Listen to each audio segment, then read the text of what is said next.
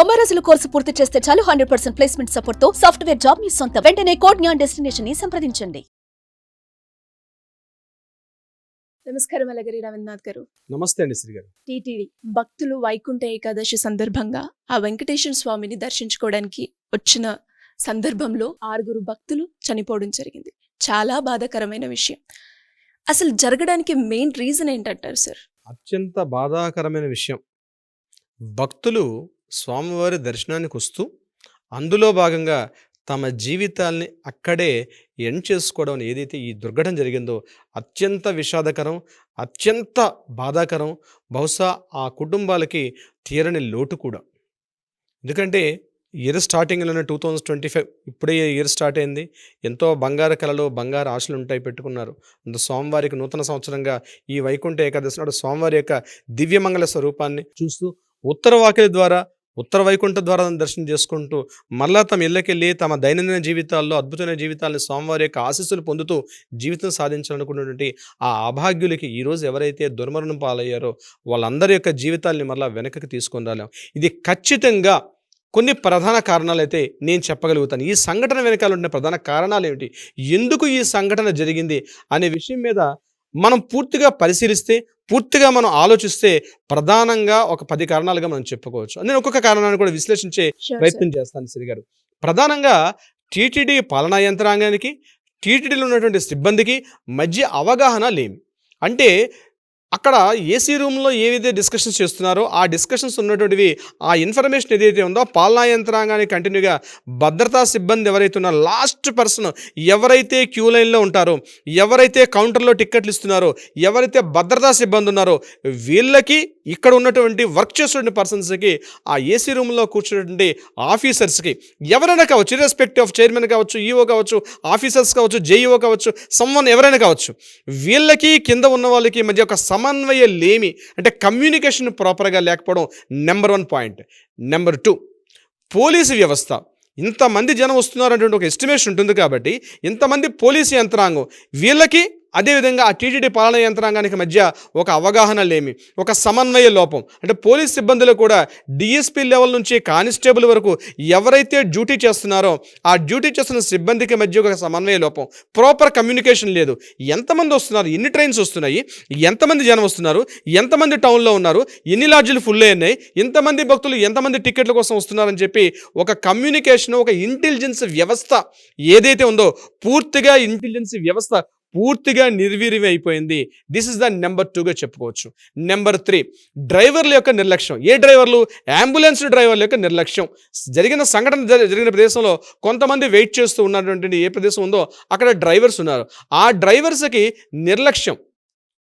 In టైంలో వాళ్ళని తీసుకొని ఖచ్చితంగా వెళ్ళడానికి, అంటే ఆ యొక్క ఎవరైతే క్షతగాత్రులు ఉన్నారో, ఏవైతే మృతదేహాలు ఉన్నారో, ఎవరైతే అపస్మారకంగా పడి ఉన్నారో వాళ్ళని హాస్పిటల్ తీసుకువెళ్ళి హాస్పిటల్లో వైద్య సేవలు అందించడం కోసం ఏదైతే ట్రాన్స్పోర్ట్ వ్యవస్థ ఉందో, అంబులెన్స్ అని చెప్తున్నామో, అంబులెన్స్ యొక్క సర్వీస్ అలర్ట్గా లేకపోవడం ఉంది 3వ ప్రధాన కారణంగా చెప్పుకోవచ్చు. 4th పాయింట్, టీటీడీ పాలక మండలి, టీటీడీ జేఈఓ, టీటీడీ ఈఓ గారు, ఎవరైతే ఈ పాలక మండలి మొత్తం యంత్రాంగం అంతా ఉందో అక్కడ సరైన అవగాహన లేమి. అంటే పాలక మండలి ఏదైతే నిర్ణయాలు తీసుకుంటున్నారో వైకుంఠ ద్వార దర్శనానికి ప్రతి ఏటా ఎంతమంది భక్తులు వస్తున్నారు, గడిచిన దశాబ్ద కాలంగా, గడిచిన 2 దశాబ్దాలుగా భక్తుల సంఖ్య ఏటేటా పెరుగుతున్నటువంటి ఈ నేపథ్యంలో ఈ సంవత్సరం ఎంతమంది వస్తున్నారు, అదేవిధంగా ఒక ఇన్ఫర్మేషన్ రిపోర్ట్, ఇంటెలిజెన్స్ రిపోర్ట్ దగ్గర నుంచి తీసుకోవాల్సినటువంటి ఒక కనీస బాధ్యత మర్చిపోయారు.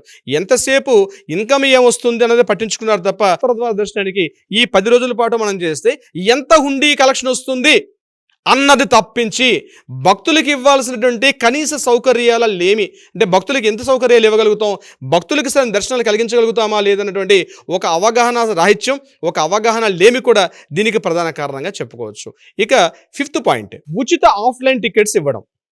దీనికన్నా మరొక దరిద్రమైన విషయం లేదనుకుంటే 100% చెప్పవచ్చు.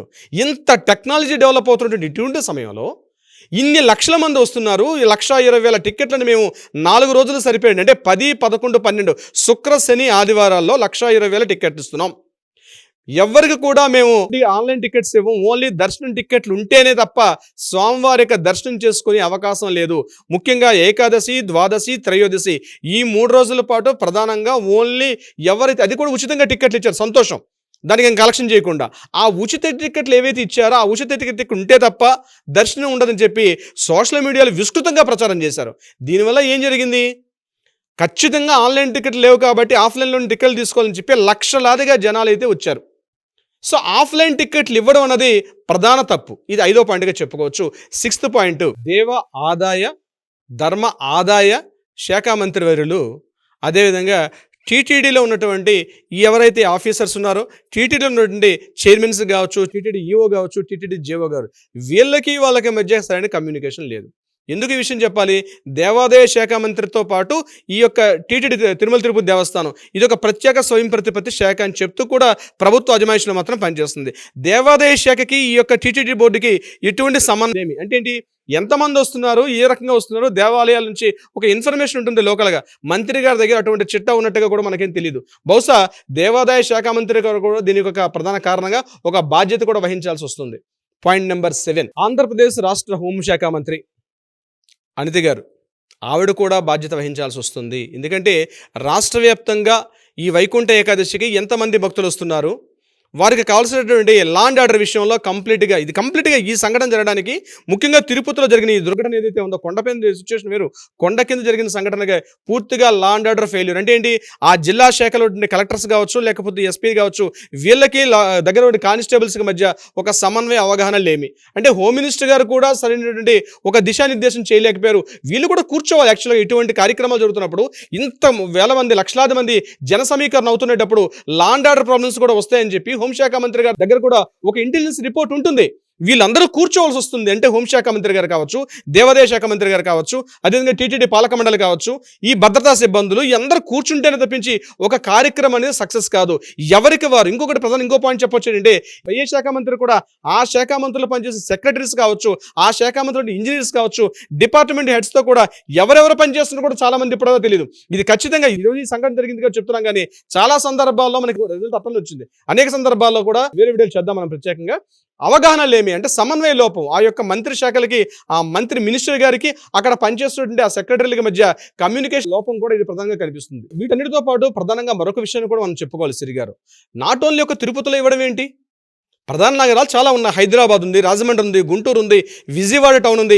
ఎక్కడికక్కడ డీసెంట్రలైజ్ చేసేసి ఈ టిక్కెట్లు పోని, ప్రత్యేకంగా టిక్కెట్లు పోని, ఫిజికల్ టికెట్స్ ఇచ్చే కార్యక్రమం ఉన్నప్పుడు కూడా ఏ సెంటర్స్కి ఆ సెంటర్స్ ప్రతి వాళ్ళు తిరుపతి టౌన్కి రావాలి, తిరుపతి టౌన్లో ఉన్న వాళ్ళకి మాత్రమే మేము ఏర్పాట్లు చేస్తాను కాకుండా డీసెంట్రలైజ్ అటు చెన్నై మొదలుకొని హైదరాబాద్ వరకు కనీసం ఒక 5 ప్రధాన నగరాల్లో కూడా డీసెంట్రలైజ్ చేసి ఈ టిక్కెట్లు ఇచ్చే కార్యక్రమం ఆయా ప్రాంతాల్లో పెట్టి ఉంటే బహుశా ఇంత తాకిడి ఉండేది కాదు తిరుపతి మీద.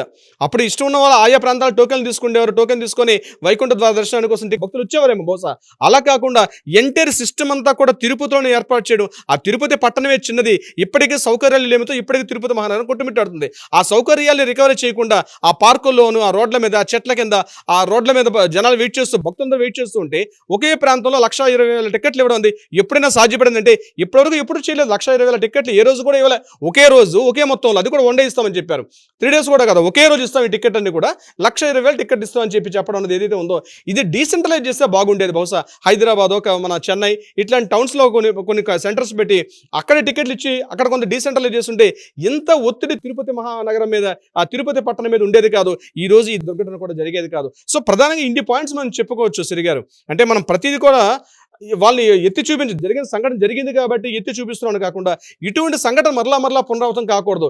జరిగిపోయిన డ్యామేజ్ జరిగిపోయింది. ఈ రోజు వాళ్ళ ప్రాణాలను తీసుకొని రాలేకపోవచ్చు. ఈ రోజు బహుశా మనకు అదే ఇన్ఫర్మేషన్ ప్రకారం మధ్యాహ్నం 11:45కి రాష్ట్ర ముఖ్యమంత్రి చంద్రబాబు నాయుడు గారు అక్కడ విజిట్ చేసి ఎవరైతే క్షతగాతుల్లో బాధితులు ఎవరైతే ఉన్నారో వాళ్ళని కలుస్తానని చెప్పి ఒక స్టేట్మెంట్ కూడా, పత్రికా ప్రకటన కూడా రావడం జరిగింది. అయితే కేవలం ఏదో నామకా వాస్తేగా వెళ్ళి పరిశీలించి ప్రకటన చేసేసి ఏదో కంటి తుడుపు చర్య కాకుండా ఇటువంటి సంఘటనలు మరలా పునరావృతం కాకుండా కొన్ని కట్టుదిట్టమైన చర్యలు, మళ్ళీ భద్రతా పరంగా కావచ్చు, లేకపోతే ఇటువంటి దొమ్మిలు జరగకుండా ఉండాలంటే వాళ్ళకి ఎస్టిమేషన్, ఇంటెలిజెన్స్ వాళ్ళకి ఒక రిపోర్ట్ ఉంటుందండి. ఇంటెలిజెన్స్ వ్యవస్థ చాలా అద్భుతంగా ఉంటుంది. అయోధ్య రామ జన్మభూమి చేసినప్పుడు కొన్ని లక్షల మంది వచ్చారు. ప్రధానమంత్రి మోడీ గారి టైంలో ఆ కార్యక్రమం చేసినప్పటికీ ప్రపంచవ్యాప్తంగా అనేక వేల మంది వచ్చారు. ఆ కార్యక్రమే చాలా సజావుగా జరిగింది. అటువంటి చాలా సంఘటనలు జరిగాయి. తిరుపతి ఒక చిన్న పట్టణం, లక్షల మంది వస్తారు. ఇంటెలిజెన్స్ వాళ్ళ దగ్గర ఇన్ఫర్మేషన్ ఉంటుంది, ఇంతమంది భక్తులు వస్తారు, ఇంత రిపోర్ట్ ఉంటుంది వాళ్ళ దగ్గర. ఇంటెలిజెన్స్ వాళ్ళతో సంప్రదించుంటే బహుశా ఇంతటి దారుణ దుర్ఘటన జరిగి ఉండే అవకాశం లేదు. సో రాబోయే రోజుల్లోనైనా సరైనటువంటి ఒక దిశానిర్దేశంతో పాలనా యంత్రాంగాలన్నీ కూడా సమన్వయంతో కూర్చుంటే ఇటువంటి దుర్ఘటనలు అయితే జరిగే అవకాశం ఉండదు. సిరిగారు ట్రూ సార్. అండ్ మళ్ళీ ఇలాంటి సంఘటనలు జరగొద్దు అంటే ఖచ్చితంగా మీరు చెప్పినట్టుగానే ఆ రీజన్స్తో పాటు ఎక్కడ జరిగిందని తెలుసుకోవడంతో పాటు దాని ప్రికాషన్ ఏ విధంగా చేయాలి అని ఆలోచిస్తే ఇలాంటి సంఘటనలు జరగకుండా ఉంటాయి. Thank you sir. Thank you so much. Thank you so much శ్రీగారు.